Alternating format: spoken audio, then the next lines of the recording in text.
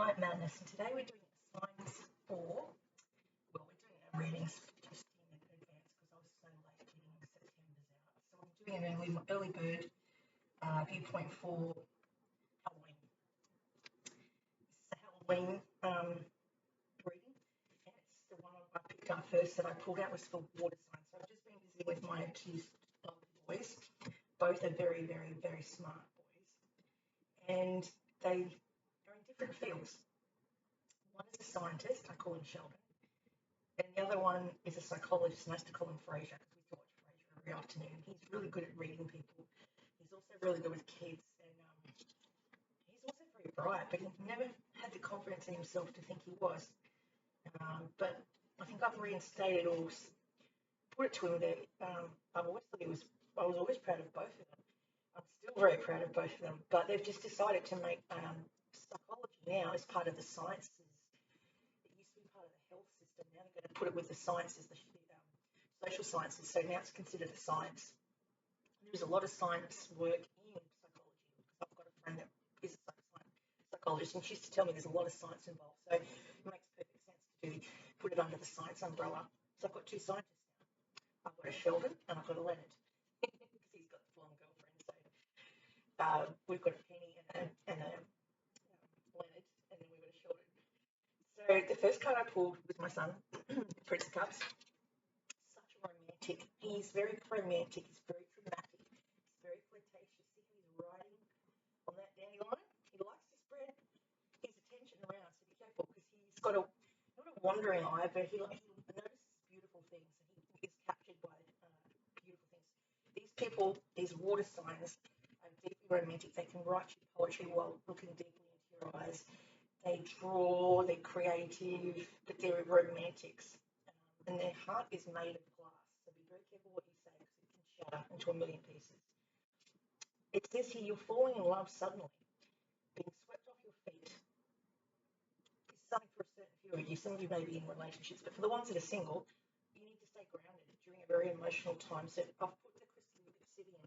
It's really good for people that are water because water can be very overwhelming. Sometimes you get the emotions overwhelm them and you can't control them. So when they do get upset, it comes out like a torrential rainfall rather than just being a little bit upset. So I've given you the black obsidian to ground all those intense feelings. And being a Scorpion, because I've got this card crossing, this is definitely for a Scorpion. Read for the collective. So I'm not just reading for one, I'm reading for all the Scorpions all over the world. This collective here is saying the death card is about transforming yourself, letting go of the past, an ending that makes way for new opportunities, time to move on. So you may be planning to move to a different area in your life or figure out what area you want to go to in your life. It can also mean that there's recently been a death in the family and you're still grieving the loss of that. Or the death of a situation, or the death of a group of people that you used to be with. It could be a circle of friends that you may no longer have contact with. We all go through different phases and different friends. Some of them come with us and some of them don't come with us. Things that used to interest you may no longer interest you. So you're saying goodbye to certain places, people, places and things this month because we're at the ending of Scorpio is death and rebirth. So you'll come through a transformation. In the recent past, you had a Prince of Pentacles around you. That could be a relative, it could be a friend, but they're shown as an earth sign, Taurus, Virgo, or Capricorn. That was your protector. They're very protective, they're very dependable, but they're very cautious and they're very wise. They are floating on the little leaf down the stream with that little torch there, and that torch represents all that energy because the globe's actually a lot going on in that brain up there. Is what it's saying. Then we have in the recent past we have renewal. Now renewal is like looking at life, looking back on life at the end of the year, and all the things you've done, all the things you've accomplished, all the goals you've put in place, and you need to plan a bright new future. And it's understanding that your life purpose, releasing judgments of yourself and other people. Maybe you're a harsh critic on yourself, and maybe you're a harsh critic of others. So it says to be a little less judgmental.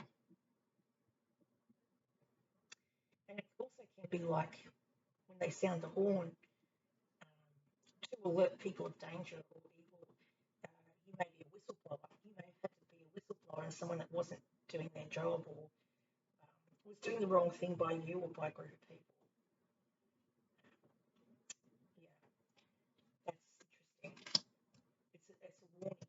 It's a warning to really assess the situation before you enter into it. Be careful before you walk into something without checking your surroundings. Maybe in the past you had to, I don't know, look after someone if you work in the support industry and you thought they were one way, but they were actually another way. So you have to be careful. Make sure you keep an eye, be a constant observer, be vigilant. The card crowning is the Four of Swords, and this is to do with set aside your concerns for now. You can make a decision later.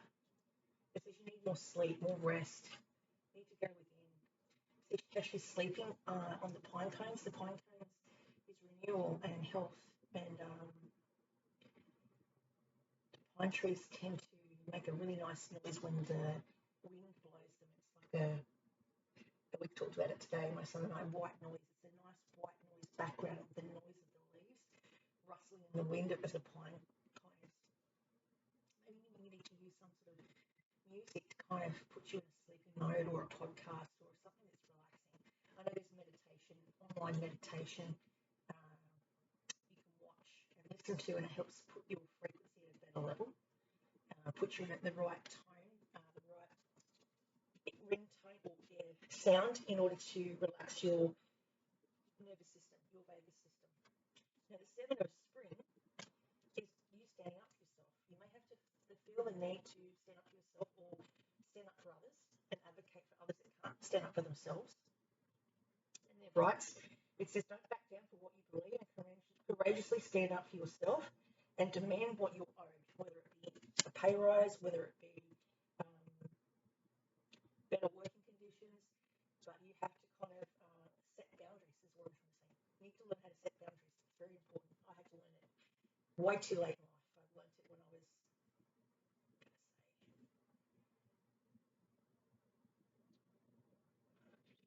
48. 48 years till I learned how to set boundaries, and I still struggle setting them. The next card I pulled, and it also says that you might end up doing some sort of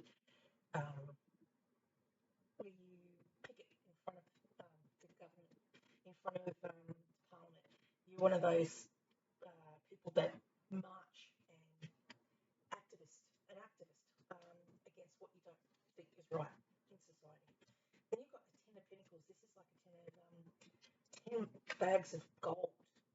This is something that you either inherit, whether it be money, or you have inherited certain gene pools or gene patterns or DNA or special abilities that come from your mother's line and your father's line. But mother's line tends to be the one that passes along their DNA, their cognitive behaviour is usually passed down from the mother's side of the family. Your intelligence is passed down from the mother's side. Sometimes it can be both, but some of these traits that you have are passed down. It says you're going to make wise investments or planning for family and traditions. Now, who you've got around you is the impulsive intellectual who is very focused. He's the Prince of Swords. He rushes in where angels fear tread. Whenever he tells me something, this is my other son, Sheldon, whenever he tells me something new he's going to go and do that's really adventurous and courageous and scary as all hell, makes me want to go hide under my bed covers, he usually goes and does it, and I can't stop him. He's just one of those daredevils. He seeks out fun, but he also seeks out risk and fear, and he likes to be challenged. Seek out an intellectual solution to your problem. You need to act quickly and decisively, making sudden or unexpected changes. That's someone's around you that influences you, that is very quick to act on what his gut instinct is telling him to do. And sometimes it won't make sense to a lot of other people, but he knows where he fits in, what his strengths or what his weaknesses are. That's who's around you, who's impacting on you and your belief system as well. Then you have around you hopes and fears is your Queen of Swords, which is someone who is an Aquarian, Libra, Gemini. And the Prince of Swords is also Aquarius, Libra, and Gemini. You may have Gemini placement strongly in your chart. I know I do, and my two sons have a strong Gemini person around you who's strong, patient, self-sufficient, very funny, likes to go to thrift shops and second-hand shops to get furniture and clothes because they like old stuff. That could be called the junkyard queen or king. It says let go of people or things that no longer serve you. Now's the time to focus on your career. And they could be married or divorced individuals. So there's that. Then you have, at the end of this reading, it's a really good reading to have, is the Lover's card. Now, the Lover's card to me represents good health, a return to good health. And meeting someone maybe in the military, you've got someone in your military uniform, which represents loyalty and courage, and then you've got her being married by an angel, Raphael, which is the angel of health and healing. Yeah, and making good choices that's made from the heart. So there may be some type of engagement or betrothal that's going to come up very soon for you. For some people, it may want to get who are ready for that big leap of faith. It says that some of you, not all of you, as I said, I'm reading for the collective, I'm reading for a bunch of Scorpions, maybe getting engaged.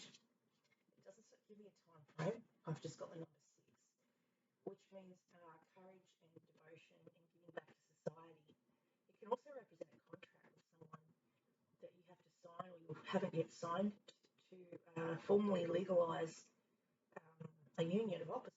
So you may have a job you have to go and sign a new contract with because it's a different job that you'll be doing. It can also mean a lease that you might be signing. So there's different types of things that you could look at. Now, for the air signs, Aquarius, Libra, Gemini, I would think what would help them with their nervous system and their stress levels is to keep a big bunch of amethyst crystal like I've got here. And it helps to dull the senses and not be so high on alert. Another thing I like to use, and this is something that I'm currently using on my skin, is something I bought from a chemist across the road, Community Pharmacy. It's my go-to product. I love it. It calms my nervous system down because I don't like crowds. It is called Marine Collagen with Red Algae Face Serum by She. It's Australian made. It's aromatherapy. And it only costs something like $13. It's a really balancing type of serum, and it helps me sleep, helps my muscles relax. I used to get really sore ankles and knees. I take fish oil as well, but I do find when I take the magnesium, my muscles are not so tight. So if I've gone for a big walk or a run and I put that on beforehand, I don't get sore muscles after. It also helps the nervous system, helps improve the sleep quality, the stress levels.